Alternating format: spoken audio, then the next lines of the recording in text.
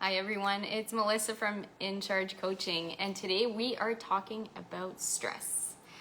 Stress in the workplace. So if you're a leader, you know that if your employees are stressed or if they're going out on stress leave, it's difficult to be effective in business when you're dealing with that. So today I want to share three things that you can bring into your practice with your employees that can help you increase well-being and increase retention, so you're not dealing with those stress leave notices and the aftermath of that. So for those who are new to me, let me just introduce myself quickly. My name's Melissa. I'm an executive coach, and I work with driven leaders who want to build high-performing teams and who are looking to win back their time as their master strategist.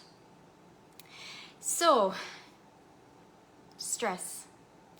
I was reading the Gallup's report, the report on the workplace 2021, and something jumped out at me. We're actually, in terms of stress, at a record high. It's up by 5 points. We're sitting at 43% globally. And Canada and US are at 57%. So we have the highest level of stress right here in the US and Canada. And stack onto that only 32% of employees are thriving. So that means we have high levels of stress and we are not doing well in the workplace. So how do we deal with that? One of the things that we do as leaders is we focus a lot on engagement, right? We want people to show up, we want them to be present, we want them to do their best, but we often don't think about the well-being. So it's kind of like we're twisting out. We want the most productivity out of people, so we're motivating them and getting a big spike in output, but eventually they burn out. So we're kind of creating this like up and down instead of creating something that's sustainable. So the three things that I'm going to share with you today is going to help you think more about what would be sustainable. So things that you can bring into your practice. So the first thing that I want to lay out for you is prioritizing empathy. And it's something that we don't like to do at work, or we think it's not important, but in fact, it's one of the best skills that you can have as a leader. Because people show up to work and they're a whole being, but what you actually get to see is a tiny fraction of who they are. But everything that you don't see is still affecting them and their performance. So if you're not taking the time to slow down, to connect with that person and interact with them as an entire being, getting to know those pieces that you don't know yet, it's hard for you to help them and to support them if you don't have those pieces. I asked a question earlier this week, do you intentionally have practices to support well-being in the workplace, and what do you do? And there was an answer that I really, really liked that I want to share with you. And it was Lisa Haney. So I'll even tag Lisa below this because I know she'll love that I mentioned it. But one of her practices is bringing people out to do walking meetings. So taking them out of this like high stress, pressure environment of getting things done and actually getting them moving, so rhythmic movement, and getting them into a safe space, in a safe conversation, so that she can have better conversations, better, more effective meetings. And I love that answer, and something that I also like to do is walking meetings. So practicing empathy leads me to my second point, which is ditch the leave your emotions at the door policy. Please ditch it for me. We have emotions, they happen, it's part of our biology. So when we have a policy like that, and sometimes it's unspoken. Sometimes you've never told anyone, don't bring emotions in the workplace, but there's kind of like an unspoken, we know we shouldn't be talking about emotions. And what that means is we're still experiencing the emotions, but we can't talk about it. We can't actually deal with them or navigate them. So we have to compartmentalize. So we're showing up in one way, but under the surface, there are things brewing.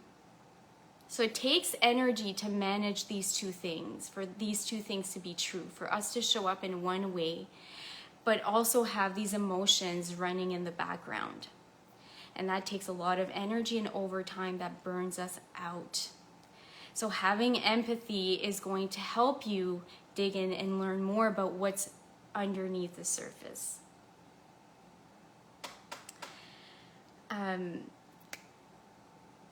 Think about this. When people knock at your door and come and tell you what's wrong, are they showing up to tell you, I'm starting to feel something's off, and they're seeking support? Or are they showing up with the stress leave notice in their hand? That's giving you an indication of how safe do they feel in letting you know what's going on.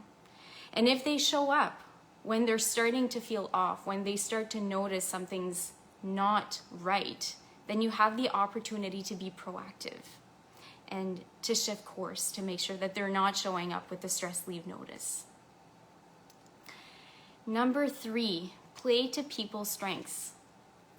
When people are engaging in tasks and projects where they can feel masterful, it energizes them.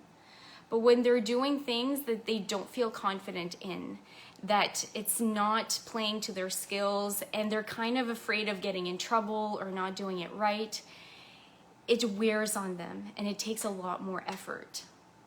And it's okay to learn and grow, but how much of it they're doing that they feel skillful and masterful in, and how much are they learning and growing? So taking that into consideration, and you can actually use your performance review to help you align this. Often we'll use performance review as like a measure. We're measuring them, right? Are they hitting all the check marks? Are they doing all the things right? And where are they succeeding? Where are they failing? But you can flip that and look at yourself in that. Where are they failing, and where are you failing to support? So we're kind of giving them a box, and we're asking them to fit in that box. But that performance review process can be an opportunity for you to review the box. Is it the right box for them? Can we adjust the box? How can I make it so that they're thriving in their job?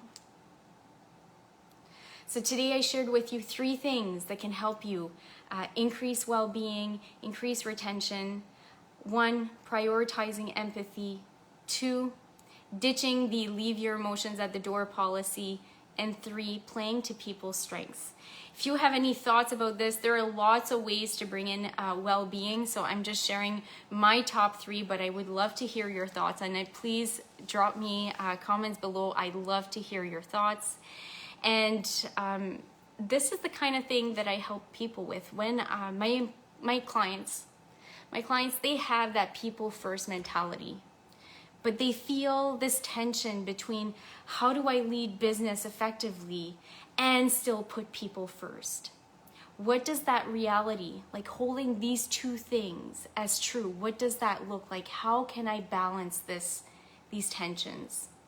And that's what I help them work out and practice so that they can build that sustainable performance and support people through the process. And thank you for watching. Let me know what was relevant for you, what was helpful, and what ideas you'd like to throw into the conversation. I'll see you in the next live.